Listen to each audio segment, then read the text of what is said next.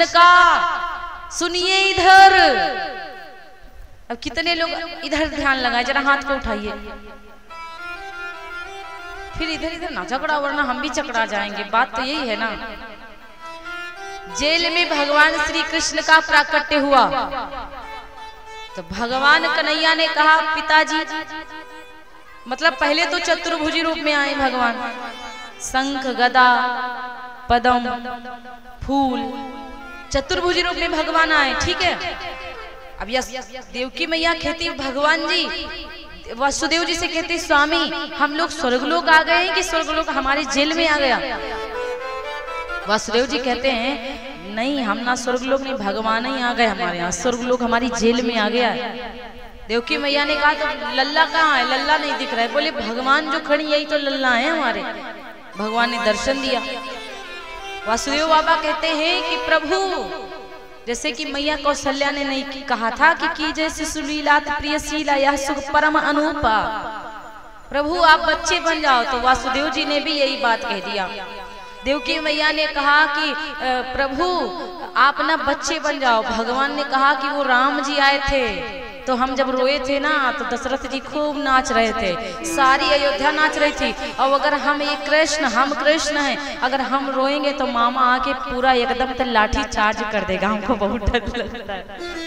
भगवान ने कितनी बढ़िया बात की, मामा ये हमारा बहुत खराब है, ये नाचेगा गाएगा नहीं, ये लाठी चार्ज करेगा डायरेक्ट, हम क्या करेंगे? फिर ऐसा करते हम जल्दी से बच्चे बनते और आप हमको जल्दी गोकुल पहुंचाओ।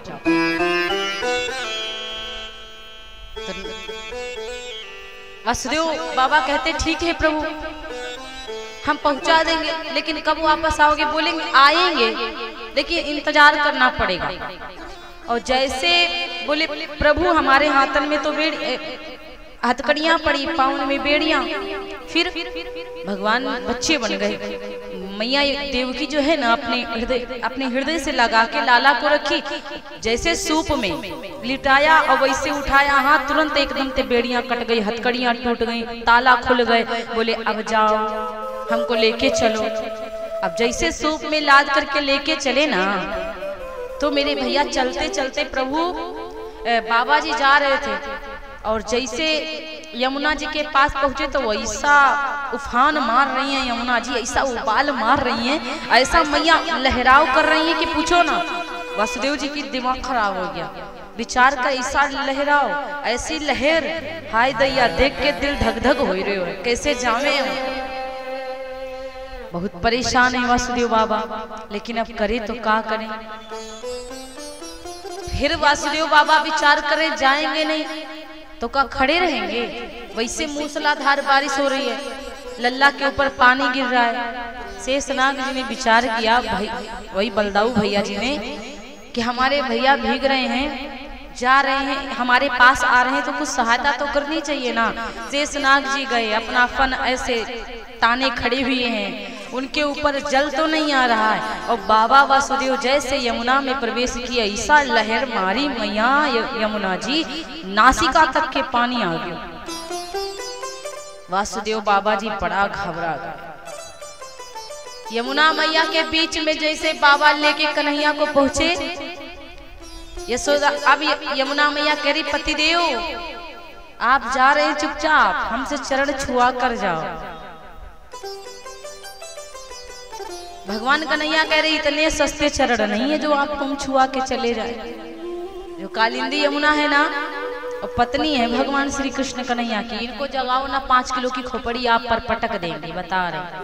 इनको जगा दो, जगा दो इनको, इधर ही देख रही है। बोली, सारे सरकार अभी थोड़ा कमी है भक्ति में, ऐसा नींद आ रही है आप लोग, क्या बताएं। जैसे ये वाला पंखा बंद करवा दो। बोले, सारे सरकार की।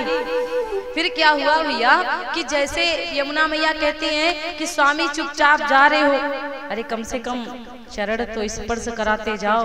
कन्हैया जी ने कहा, इतना सस्ते चरण नहीं है जो हम सबको स्पर्श करवाते जाएं, हम नहीं छुआने वाले, फिर कभी आएंगे तब छूना। यमुना मैया ने कहा, पतिदेव यदि आप इतना जिद्दी हैं तो आपसे जिद्दी कम नहीं है, अरे कम से कम शर्म करो, ससुर जी के दाढ़ी तक के हम बार बार आ जाते हैं। और आप हैं कि हमको चरण नहीं छुआते। वसुदेव जी इनके पिता ही तो हुए कृष्ण जी के ना, और कृष्ण जी की पत्नी है यमुना माता। 16,108 विवाह हुए हैं हमारे भगवान कन्हैया के, उसमें से कालिंदी यमुना भी कृष्ण की पत्नी ही है। इसीलिए तो उन्होंने कहा जरा शर्म करो, ससुर जी की दाढ़ी तक के उछाल ले रहे हैं हम आपके चरण छूने के लिए, आपको शर्म नहीं आ रही, आप अपना पैर ऊपर कर रहे हो बार बार। भगवान ने कहा बस करो देवी। भगवान ने सोचा अब तो हमको चरण झुकाना ही पड़ेगा, कहा बस करो। अब पिताजी की दाढ़ी तक के नहीं आइएगा, हम अपना चरण खुद ही लटका रहे हैं। भगवान ने क्या किया, अपना चरण लटकाया। यमुना मैया जैसे स्पर्श करती भगवान का चरण, बस घुटनन तक के आ गए। अब देखिए मांग रही है चरणों को तो भगवान दे नहीं रहे हैं, और वहां केवट बार बार कह रहा था कि बताओ कब चरण छुआओगे, कब धुलाओगे, कब पखरवाओगे, जब तक नहीं पखारूंगा नाव में नहीं बिठाऊंगा। भगवान ने कहा शर्म करो केवट, कोई कहता है कि आओ हमारे चरण धुलो। यदि हम आपके यहाँ आए हैं तो हम कहेंगे थोड़ी ना कि आइए हमारे चरणों को धुलो। हाँ, फिर कहे नहीं तो आपका सम्मान करना बेकार है। तो फिर आप समझ लीजिए कि संस्कार में या बुद्धि में कमजोरी है यदि कहना पड़ जाए तो।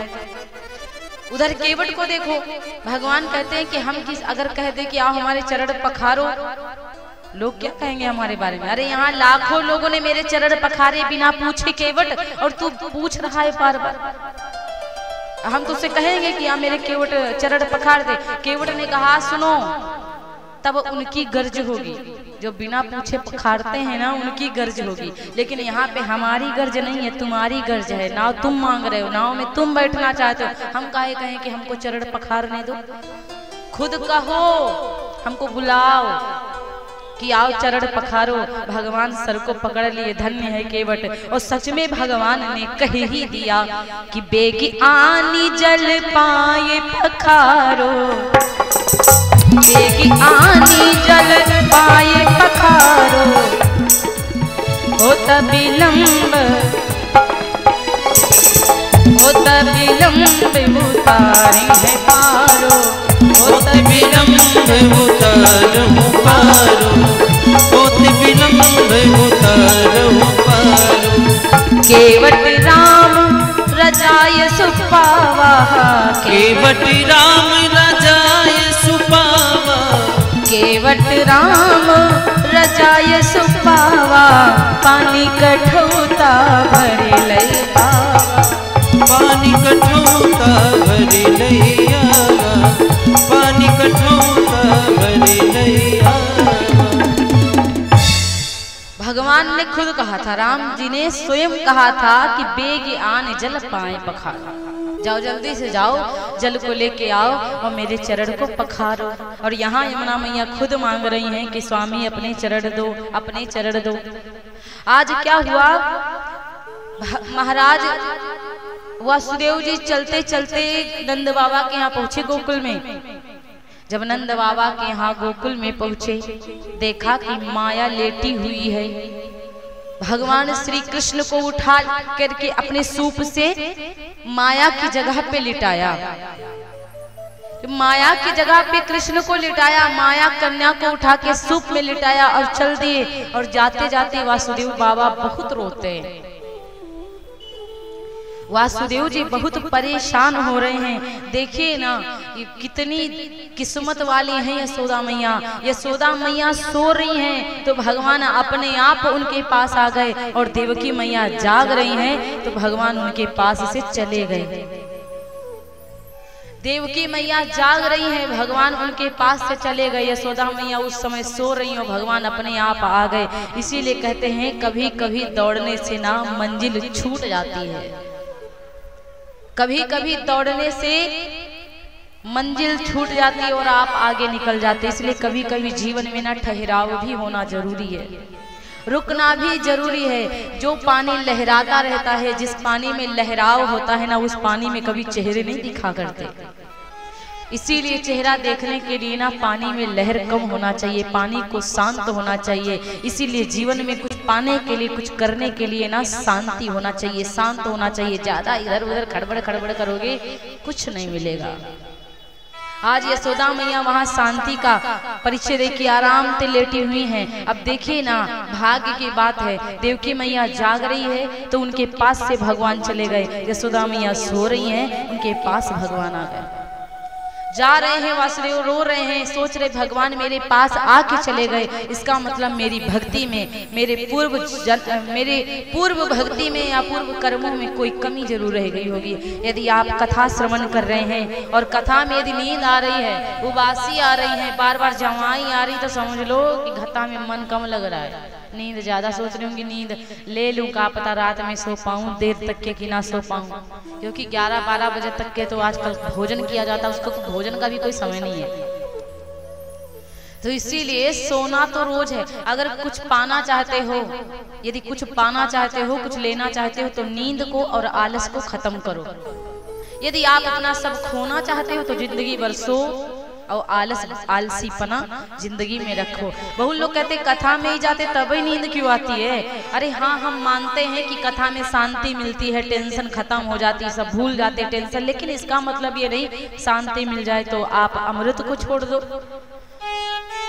नींद आ जाए तो आप भगवान की कथा को छोड़ दो। अरे भगवान की कथा श्रवण करने समय नींद आना ही नहीं चाहिए। अभी नींद आना कोई बढ़िया बात थोड़ी ना। बहुत लोग ऐसे बता देते हैं कि अरे शांति मिलती इसलिए नींद आई। काहे शांति मिलती? कथा में भी शांति। अरे शांति हृदय से लो, आँखन ते कौन शांति लेते हो, कानन ते कौन शांति आती है।